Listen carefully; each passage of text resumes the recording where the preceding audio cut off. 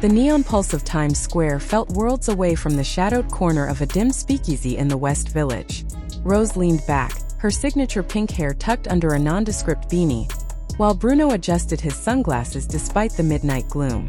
They sat in a velvet booth, the scent of expensive bourbon and old wood acting as their only witness. No cameras flashed, no fans screamed, and for the first time in months the air felt light. Here they weren't global icons. They were just two souls finding a rhythm in the city's quietest frequency. Bruno traced the rim of his glass, humming a melody that would never reach a recording studio's microphone. He looked at Rose, whose eyes sparkled with a mischievous glint that only surfaced when the world stopped watching her every move. New York was their playground, a concrete labyrinth where millions of people provided the perfect camouflage for their illicit romance. They had mastered the art of the incognito stroll, moving through the streets like ghosts in designer streetwear. It was a dangerous game of hide and seek, but the adrenaline only made the quiet moments feel more electric. "You think they'll ever figure it out?" Rose whispered, her voice barely audible over the low hum of a nearby jazz trio. Bruno laughed, a soulful sound that he usually reserved for sold-out arenas, now gifted only to her. He reached across the table, his fingers grazing hers, a simple gesture that felt like a rebellion against the industry. They had spent years building empires, but this small, hidden space was the only kingdom that actually mattered. To the world, they were collaborators or distant peers, but in the shadows of Manhattan, they were an unspoken poem. They left the bar through a side exit, stepping into the crisp autumn air that bit at their exposed skin. The sidewalk was littered with amber leaves, crunching under their boots as they walked toward a waiting, unmarked black sedan. Bruno kept his arm draped loosely over her shoulders, a protective stance that felt both natural and entirely forbidden. Every passing taxi was a potential threat, every tourist with a smartphone a ticking time bomb for their privacy. Yet they didn't pull away. The risk was the very thing that kept the fire burning so bright. In the backseat of the car, the city lights blurred into a kaleidoscopic smear of gold, red, and electric blue. Rose rested her head on his shoulder, closing her eyes as the driver navigated the winding turns of Central Park South. They spoke in hushed tones about things that had nothing to do with charts, tours, or brand deals. They talked about the dreams they had before the fame turned their lives into public property and endless schedules. In this moving sanctuary, the pressure of being perfect dissolved into the simple, messy reality of being in love. The penthouse suite overlooked the sleeping giant of the park, a sea of black trees surrounded by a crown of glowing towers. Bruno poured 2 glasses of water, shedding his heavy coat as he watched Rose stare out at the horizon. She looked so small against the massive scale of the architecture, a delicate star in a sky full of artificial light. He joined her at the window, resting his chin on her head, feeling the steady beat of her heart.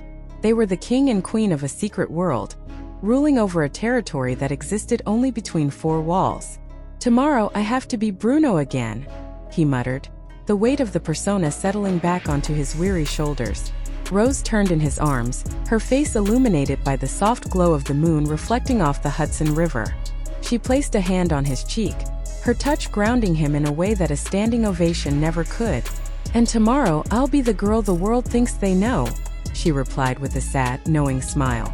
They lived double lives, balancing on a tightrope between public expectation and private truth, never daring to look down. The morning sun began to bleed through the skyscrapers, painting the room in hues of pale lavender and soft, dusty rose. They shared a quiet breakfast on the balcony, hidden from street view by a sophisticated arrangement of tall, manicured hedges.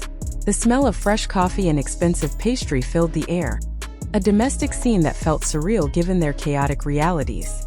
They didn't need words to communicate the heaviness of the coming separation. Their silence was a shared prayer. Every second spent in this bubble was a stolen treasure, a piece of gold hidden in a mountain of coal. By noon, the charade would resume, and they would exit the hotel through different doors, hours apart, to avoid suspicion. Their managers had coordinated the coincidental sightings in different parts of the city to keep the narrative strictly professional. Rose would head to a high-fashion photoshoot in Brooklyn, while Bruno would disappear into a studio in Midtown. To the paparazzi, they were miles apart, busy with their respective careers and unconnected lives. Only the lingering scent of his cologne on her scarf remained as a physical proof of their midnight tryst.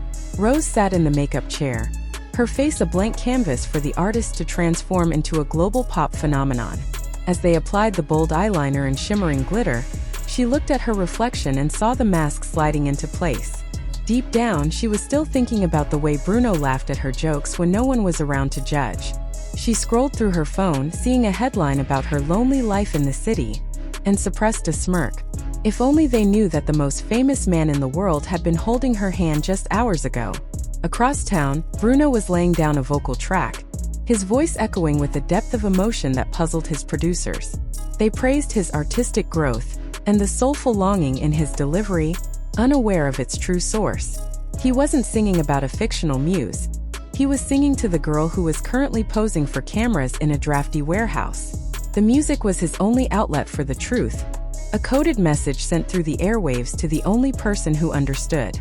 Every note was a secret letter, a hidden confession wrapped in a catchy melody and a funk-inspired beat. The week passed in a blur of public appearances and calculated social media posts that kept the fans guessing.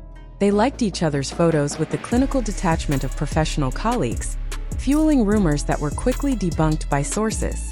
The internet was a storm of theories, but the truth remained safely tucked away in the pockets of their hearts. They met again on a rainy Tuesday, this time in a small library tucked away in a quiet corner of Queens. Surrounded by the smell of old paper and dust, they found a sanctuary where the internet couldn't follow. "I found a book of poetry," Bruno said, sliding a thin volume across the oak table toward her as rain drummed on the roof. Rose opened it to a dog-eared page, reading verses about hidden gardens and lovers who met in the dark of the night. It felt too on the nose, a literal representation of the life they were currently forced to lead. She looked up at him, her eyes softening as she realized he had spent his afternoon looking for words to describe them. In a world of digital noise, this analog connection felt like the most radical act of rebellion they could perform. They spent hours in that library, hidden behind stacks of encyclopedias and forgotten biographies of long-dead politicians. No one recognized them. The few patrons were too absorbed in their own worlds to notice the two stars in their midst. It was a reminder that even in a city of millions, it was possible to disappear if you knew where to look. They talked about the future, about a day when they wouldn't have to hide in the shadows of libraries and speakeasies. But for now, the secrecy was their armor, protecting the fragile flame of their love from the harsh winds of fame. As the rain turned into a drizzle, they walked through the quiet streets of the residential neighborhood, feeling like normal people. They stopped at a small bodega to buy snacks, laughing at the absurdity of their situation as they stood in line. The cashier didn't look up, bored by the routine of his job, completely unaware he was serving two of the world's biggest stars. Bruno paid with crumpled bills, and Rose carried the plastic bag, a simple domestic task that felt incredibly profound. These were the moments they lived for, the mundane, the ordinary, the beautifully boring parts of being human.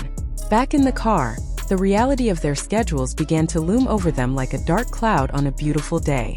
Rose had a flight to Seoul in the morning, and Bruno was heading to Los Angeles for a series of high-profile meetings. This was the hardest part of their secret, the constant coming and going, the temporary nature of their physical closeness. They held onto each other a little tighter as the car sped toward the airport's private terminal. The goodbye was always a silent affair, a lingering gaze and a squeeze of the hand before the masks went back on. "I'll see you in London next month," Bruno whispered, his voice thick with a mix of sadness and stubborn hope. Rose nodded, her heart heavy as she stepped out of the car and into the sterile environment of the terminal. She didn't look back, knowing that if she did, she might lose the resolve to keep the secret going. She walked through the gate, her security detail flanking her, once again the untouchable idol the world adored.